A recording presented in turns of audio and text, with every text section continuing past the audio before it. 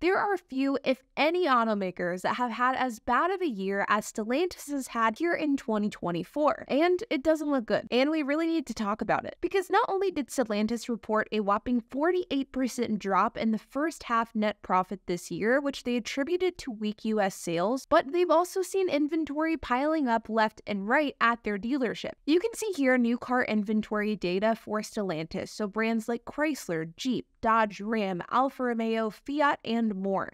These brands are consistently and have consistently been the automakers with the most inventory. And in the most recent inventory report from Cox Automotive, which was released just last week, all Stellantis' brands which were accounted for in the report showed that they had some of the highest inventory of any other automaker out there. With the average day supply of 77 days, Chrysler has 107 days of supply, Jeep has 122 days supply, Dodge has 149 days supply, and Alfa Romeo and Ram both have more than twice the average day supply of inventory, so at least 154 days. And let's not forget that days supply is calculated by taking into account the average amount of inventory for these automakers, so the amount of unit volume, for example, 100,000, 200,000, a million vehicles available on dealership lots, paired with the selling pace of that rolling 30-day period of time. So an automaker that has a larger supply but more demand will see a smaller day supply compared to an automaker with smaller amounts of inventory but smaller demand. So the day supply is really a great metric to see how different automakers are juggling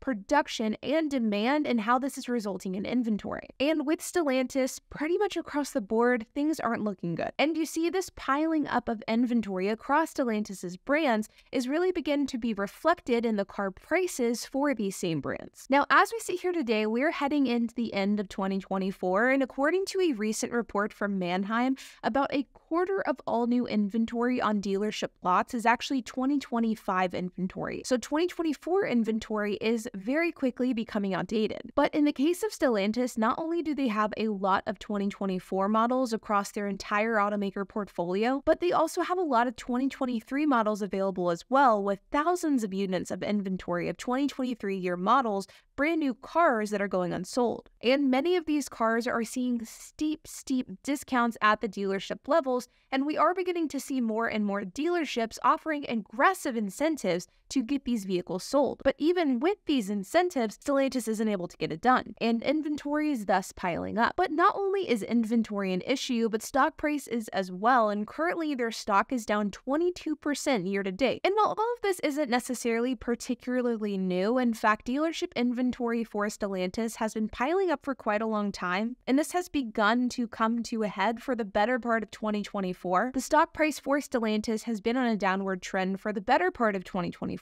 And this is after Stellantis had a record-breaking 2023 where we saw their stock at an all-time high that same year, but it's obvious that something has changed and something needs to change, because the current trajectory of Stellantis, well, it's obviously not going to work. And it looks as though dealerships and union workers are feeling the exact same way, because this month the US dealer network joined the United Auto Workforce Union, or UAW, in criticizing Stellantis' CEO Carlos Tavares, who has been CEO of Stellantis since 2021 when Group PSA merged with Fiat Chrysler Automobiles to form Stellantis in that same year. And in this letter, it states that it was written to sound the alarm to not only the Stellantis board of directors, but Stellantis CEO himself. And the letter then goes on to say, and I quote, "For over 2 years now, the U.S. Stellantis National Dealer Council has been sounding the alarm to your U.S. executive team, warning them that the course you had set for Stellantis in the US was going to be a disaster in the long run. A disaster not just for us, but for everyone involved, and now that disaster has arrived." Now, I will link this letter down in the description below, but the letter goes on to say that Stellantis had put short-term profits, particularly those that they saw in 2023, ahead of long-term success of the company and the brands that the company represents, and they sacrificed the long-term viability of those companies for a short-term profit. And as a result, Stellantis is not only just having a bad 2024, but per the letter, it has led to, and I quote, "degradation of our iconic American brands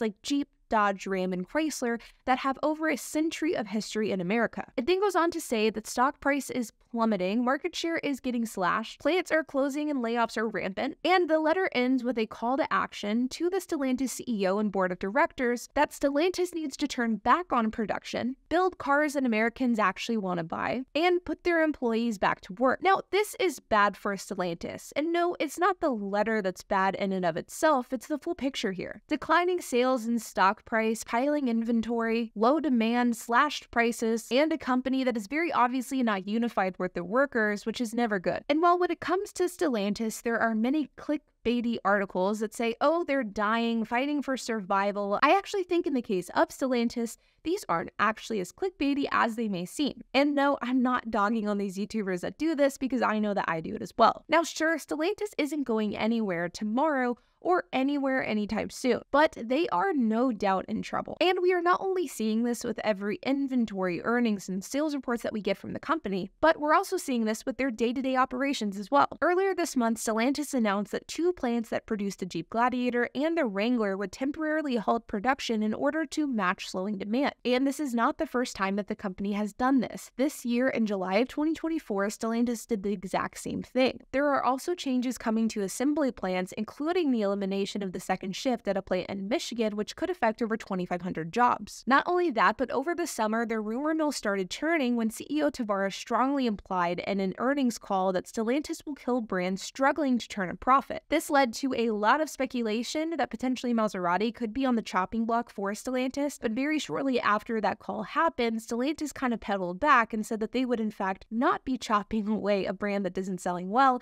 and that they know the assets that they have. But I'm going to be honest, that pedaling back from the CEO wasn't entirely convincing, and I think it definitely raised some red flags, and there is still reason to believe that some brands under the Stellantis umbrella may still be at risk, Maserati included, despite what they've said of knowing the asset that they have. The point is, the facts here don't lie, and the facts here are very clearly pointing to the conclusion that Stellantis is in trouble. And unlike brands like Ford, GM, Toyota that are very literally too big to fail, I mean, just look at GM in 2008, given that Stellantis is such a new company and they represent so many different brands, I absolutely do not think that they are immune to some major restructuring. And I actually wouldn't be surprised at all if in the coming years we see some major restructuring with the company. And while I don't think that this restructuring is going to result in brands like Maserati, Fiat, or Alfa Romeo simply closing their doors altogether, I do think that it could end up resulting in Stellantis selling off some of those brands as a way to really focus on the brands that need their TLC, as well as offloading the brands that may be struggling a bit, at least here in the United States. The point is, Stellantis is no doubt in trouble here. They need to make some major changes if they want to continue to succeed in the future. And what those changes are, well, I definitely have my theories, but I guess we'll just have to wait and see. Like always, you guys, I hope that you enjoyed this video. If you have any questions, comments, if you have anything to add, I would love to hear it, so make sure to leave a comment down below. And while you guys are at it, make sure to hit the like button, hit that subscribe button, and hit the notification bell,